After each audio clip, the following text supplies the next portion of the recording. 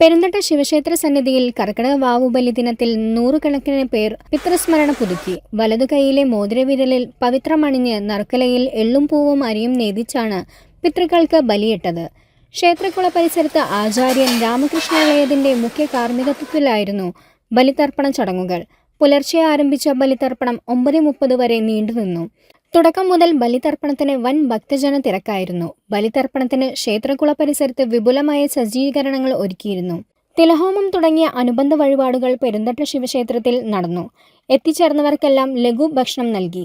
Vijayakumar Akampadi, Raju Ilayadath, Harivadakkoot, P Harinarayanan, V Balakrishnan Nair, K Aravindakshan Menon എന്നിവർ ചടങ്ങുകൾക്ക് നേതൃത്വം നൽകി.